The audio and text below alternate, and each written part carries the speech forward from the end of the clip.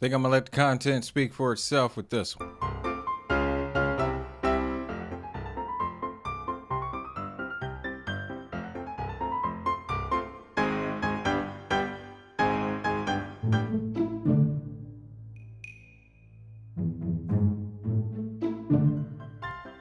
Kind of goes hard.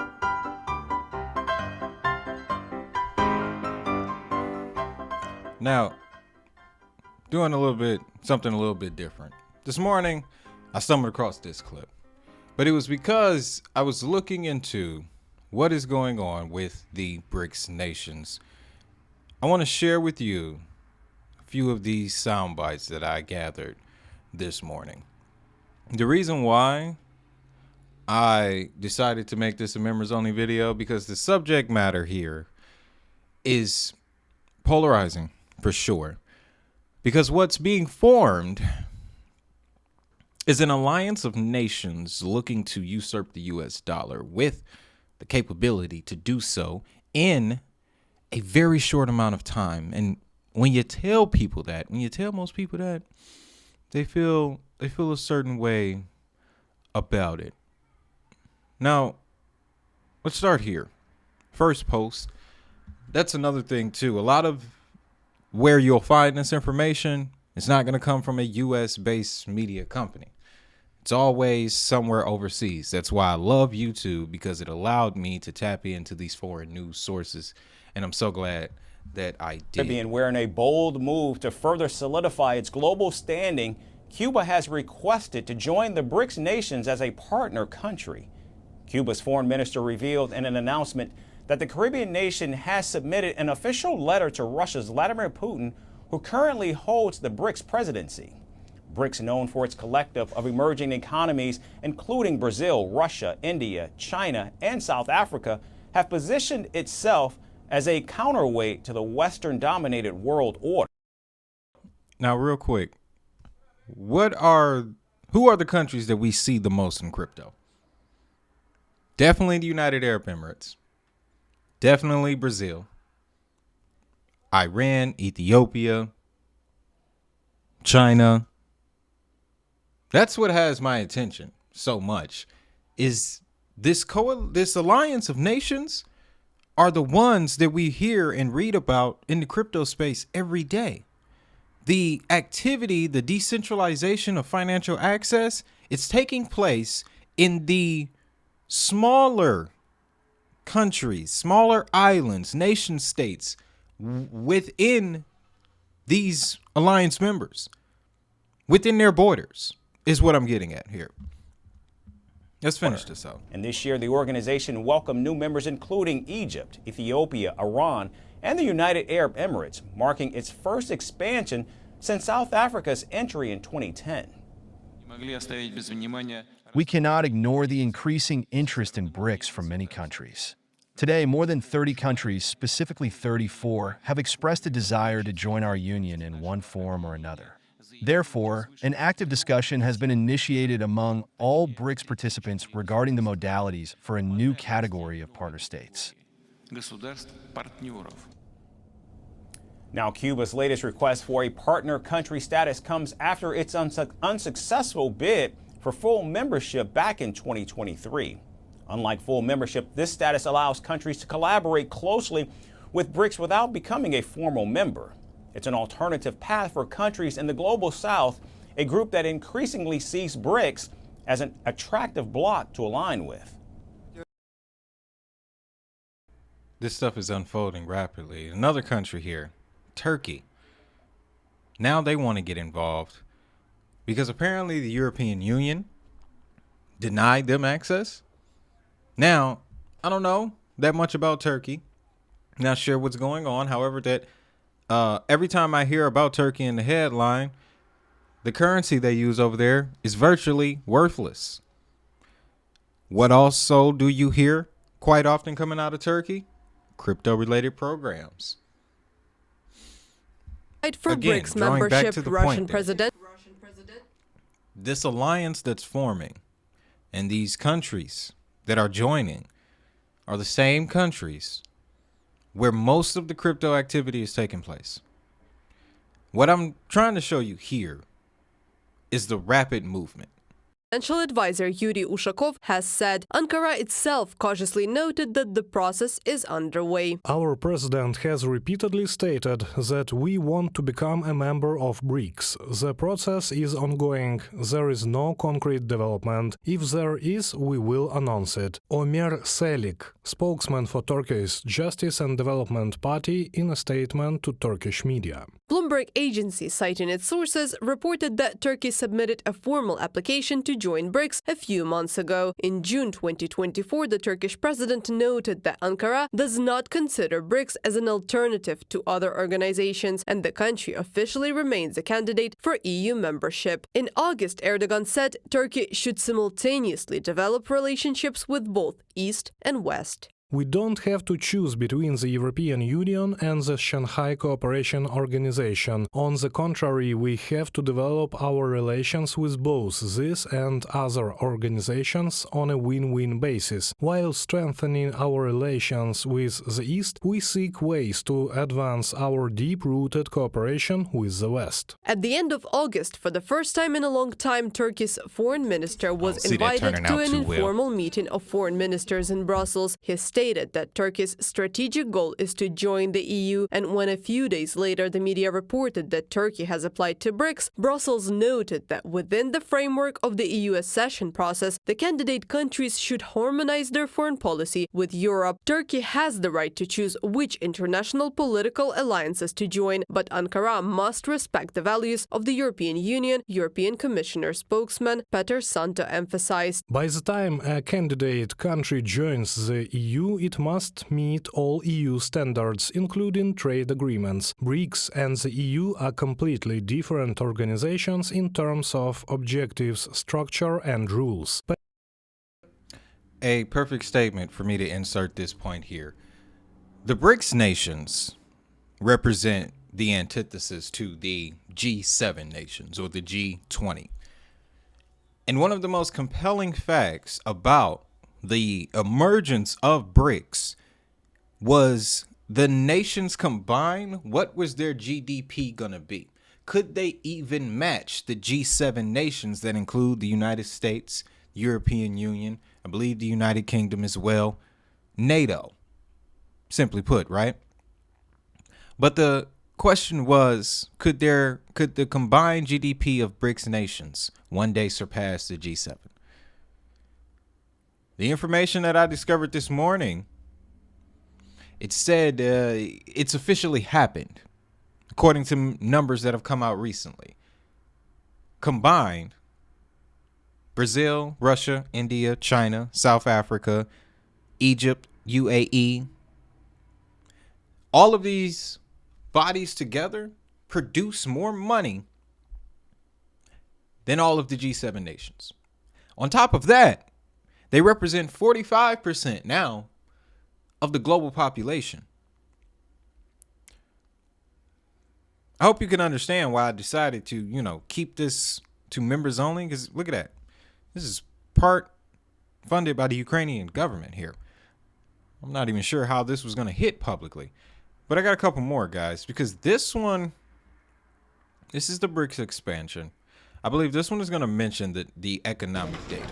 The BRICS group of emerging countries on Monday officially welcomed 5 new members to its Iran, ranks. Saudi Arabia, Egypt, the United Arab Emirates, Iran and Ethiopia were invited to join the group in August 2023 at the 15th BRICS summit in Johannesburg, South Africa. Argentina was also invited but backed out at the end of December. The group was created in 2006 by Brazil, Russia, India and China, with South Africa joining in 2010, and has become an important platform for cooperation among emerging markets and developing countries. The newly expanded BRICS has a combined economy worth over $28.5 trillion, or about 28% of the global economy. On January 1st, Russia took over the BRICS chairmanship from South Africa. Percent of the worth over 20 countries. The newly expanded BRICS has a combined economy worth over $28.5 trillion, or about 28% of the global economy. This grips me so much because this is the first time I've ever witnessed an alliance of nations with maybe not a direct objective to target the United States, but they are sure standing in opposition to what the U.S. represents. Multilateral government, multilateral development. They have their own version of the IMF, World Bank, and the New Development Bank. This is the first time I've seen an alliance of nations with the financial power to take on the United States. Now, from the perspective of crypto, like I said, these are the same nations that over all of my time in the space, this is where all of the stories come from. This is where all of the bills have been introduced. When they bring up the conversation of why America is so late to the party when it comes to regulating digital assets, well, I can list at least 25 different countries located under the BRICS umbrella that already have crypto regulation.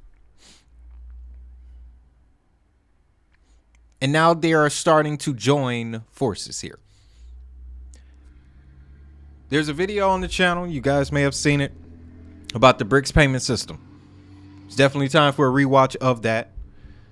And I just thought it was at that level. BRICS pay is basically their own version of a DLT payment network.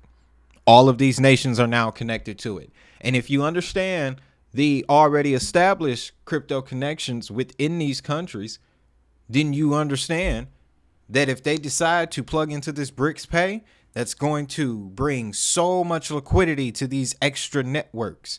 They now have a unified system that they can plug into and make use of these digital networks.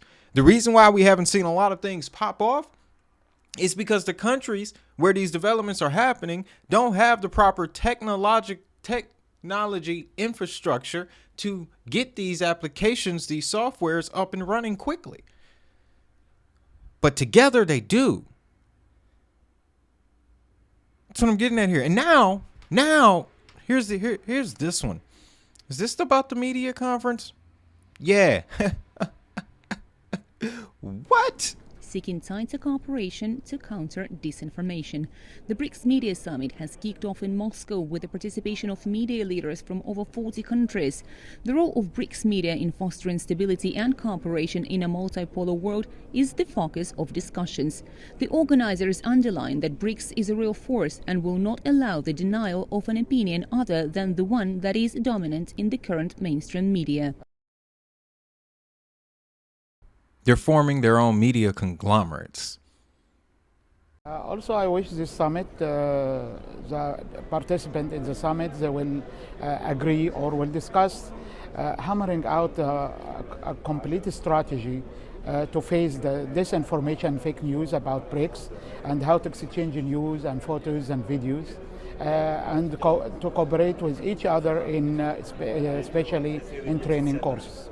The participants underlined the BRICS partnership model that is built on the synergy of different civilizations, equal dialogue and respect for each other's interests, among other principles. And media are believed to be a driving force for spreading this philosophy. I'm sharing these clips with you to start building your awareness of, honestly, if it's not this next bull cycle, no, not this, not next, but not if it's not this current bull cycle, the next one is going to be driven largely by the activities coming from these nations. And I don't want to look too far ahead in the future, but there are always dominoes that fall prior to it, prior to the main event. There's always a buildup. We are about to enter this buildup phase. There's a BRICS summit. I believe it's October 24th of this year, hosted in Russia. And a large announcement is going to be made. Most believe it's going to be the BRICS payment system. We'll surely find out. We'll know by the start of November. But I got one last clip here for you. Let me double check. Yep, we ran through that one. The media. Yeah. We're going to play this through. Because what we have here is a G7 representative in this gentleman talking to the BRICS.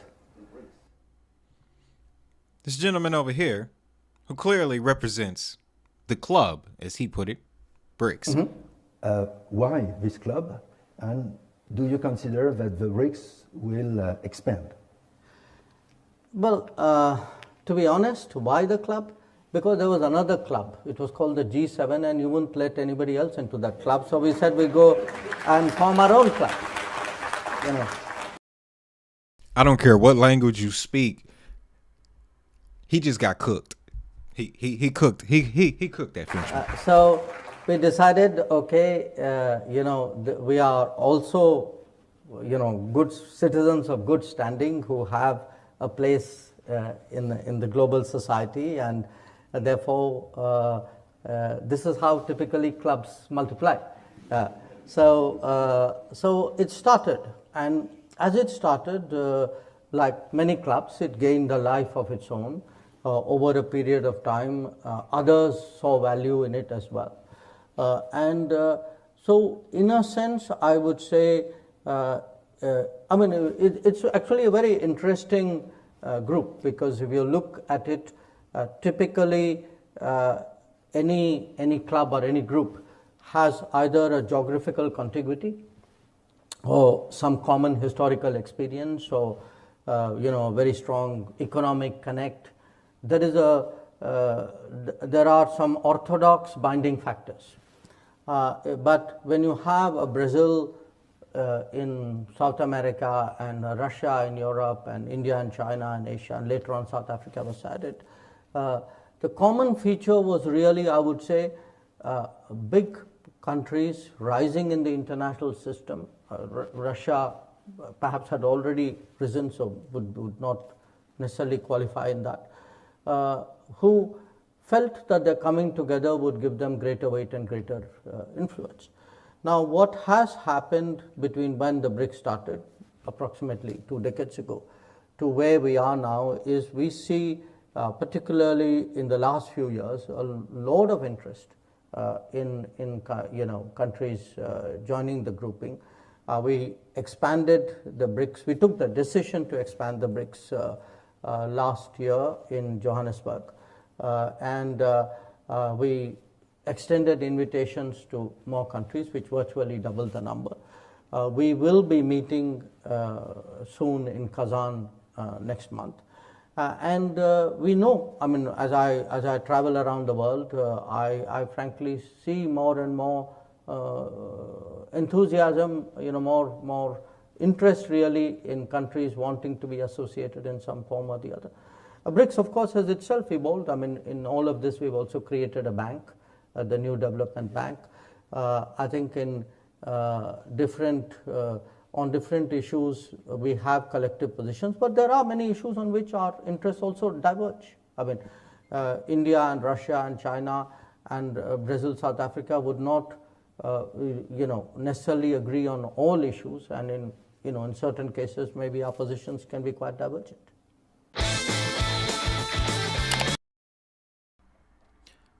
Tried to catch it before that ad popped up at the end. It was super loud. He simultaneously hit on a couple different points here. One, why BRICS was formed. It was an alternative because the current system apparently wasn't so inclusive. Shocking, right? So they developed an alternative. He also addressed the fact that a lot of Western media will use against BRICS is the differences between the countries. Same story can be said about NATO countries, the EU. Hell, Michigan and Ohio don't like each other, and it's for our own reasons, right? Our football team is just so much better than theirs, but that'll exist anywhere is what he's getting at here. And then lastly, he brings up the part about the new development bank. So there's the Interdevelopment Bank, there's the World Bank, and now there's the new development bank where the BRICS nations pooled all of their money so that way they can fund projects, infrastructure, media-based, whatever they see fit, they can fund it. So what I bring this together to bring this all home here. This is something that is brewing. What I'm sharing with you is a signal. We will continue to follow this because, like I said, the summit is coming up.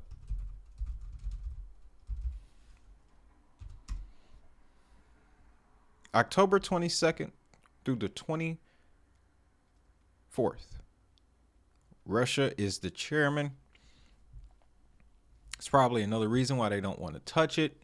It's because Russia is involved. Now, here's another thing to consider.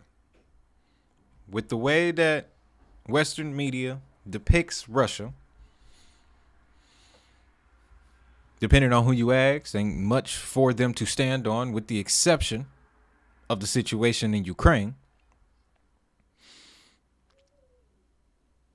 These 5 nations, in collaboration with other smaller nations, have found a way to develop an alternative to the US dollar. Do you think the United States is going to sit by and be okay with this?